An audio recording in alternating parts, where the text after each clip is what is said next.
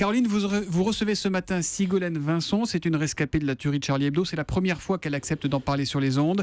Sigolène Vincent qui sort aussi un livre, Courir après les ombres, publié chez Plomb. Bonjour mesdames. Bonjour Sigolène Vincent. C'est bon de vous recevoir aujourd'hui avec un nouveau livre. C'est un très beau livre de la rentrée littéraire qui parle de l'Afrique. Et bien sûr, on va en parler. Mais d'abord, les gens qui vous écoutent et qui s'apprêtent à vous écouter ce matin ont une question toute simple à vous poser. Comment ça va ? Ça va bien, ça va mieux. C'est vrai ? Oui. Parce que chaque jour dans l'actualité, on parle d'attentats, de terrorisme. Ça vous replonge dans ce 7 janvier ? J'ai pas besoin de ça pour m'y replonger, mais oui. J'essaie de me garder un peu de l'actualité, mais j'y échappe pas. Mais j'ai pas besoin de ces images ou de ces informations pour vous revivre. Vivez avec ? Ouais. Vous vivez avec quoi ? Vous vivez avec le manque de vos camarades ? Vous vivez avec les images ? Moins avec les images maintenant. Je vis avec la tristesse, oui, mais c'est un travail de deuil, je crois, qui est propre à chacun dès qu'on perd quelqu'un. Bon, là, j'ai perdu beaucoup de gens en une seule fois, mais donc voilà, je vis avec la tristesse. Voilà, un gros chagrin. Un gros chagrin. Vous aviez raconté un petit peu ce qui s'est passé dans le monde au lendemain de la tuerie de Charlie, dans un magnifique témoignage. Et vous aviez des mots dont je me souviens encore aujourd'hui. Vous parliez de Saïd Kouachi, parce que vous avez été braqué par la Kalachnikov de Saïd Kouachi. Et vous disiez, il avait des grands yeux noirs et un regard très doux. Il vous a épargné, Saïd Kouachi. Est-ce que vous avez compris aujourd'hui pourquoi ? Non, sinon je suis pas sûre que ça soit Saïd. Je ne sais pas encore si c'est. Enfin, je ne sais pas, je ne saurais peut-être jamais si c'était Saïd ou Chérif Kouachi. Non, je ne sais pas. Je me pose la question, mais les spécialistes me disent qu'il ne faut pas que je me la pose, que j'aurai jamais la réponse. Peut-être qu'il me l'a donnée lui-même, du simple fait que j'étais une femme. C'est peut-être la raison réelle, mais je ne sais pas pourquoi il m'a épargnée.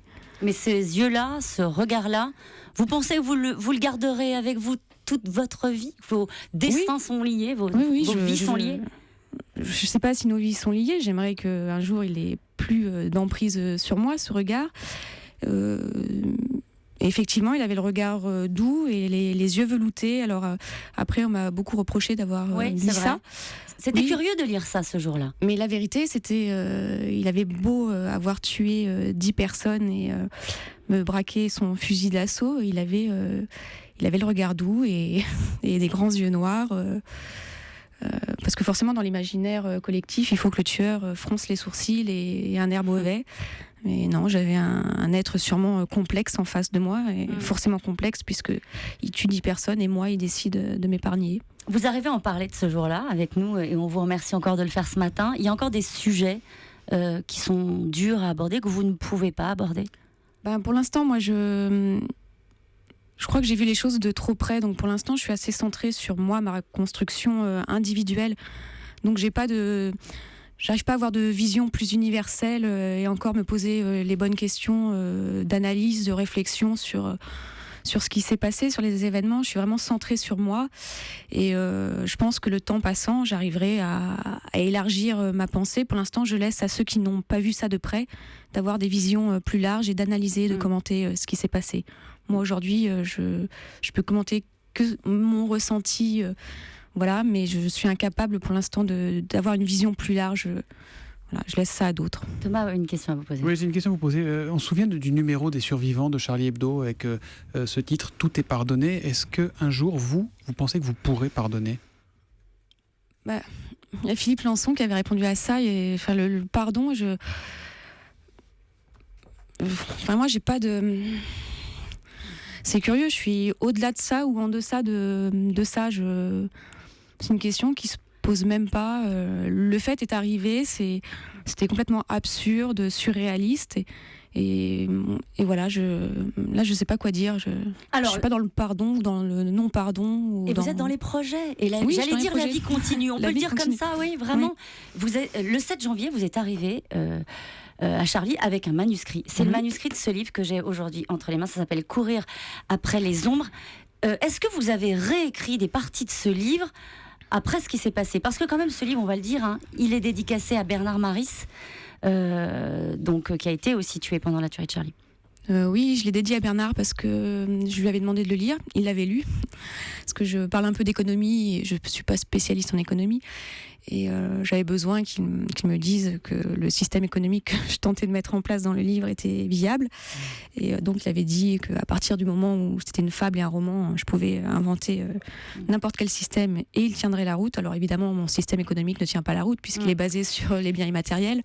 Mais donc voilà, il l'avait lu et le manuscrit était sur la table ce jour-là. Donc voilà. Manuscrit ensanglanté, a-t-on lu ici ou là, c'est vraiment le cas. Et vous n'avez pourtant rien changé. Vous l'avez gardé en l'état, ce livre-là. Il parle de l'Afrique. Oui. L'Afrique, vous la connaissez bien, vous y avez vécu. C'est à la fois un livre qui décrit la mondialisation et les ravages de la mondialisation, et un livre très poétique. Vous avez eu du mal à choisir entre les deux, non ?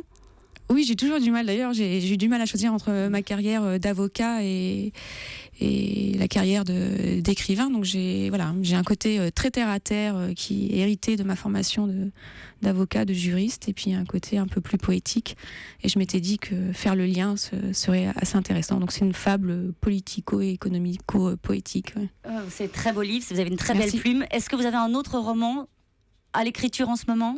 Pour l'instant, non. J'ai du mal à me remettre à l'écriture romanesque pour le moment. Merci beaucoup, Ségolène Vincent, d'avoir été avec nous ce matin. Et on lira cette fable politico-économico-poétique qui s'appelle donc Courir après les ombres et qui est publiée chez Plomb. Merci Caroline, à demain matin. À demain.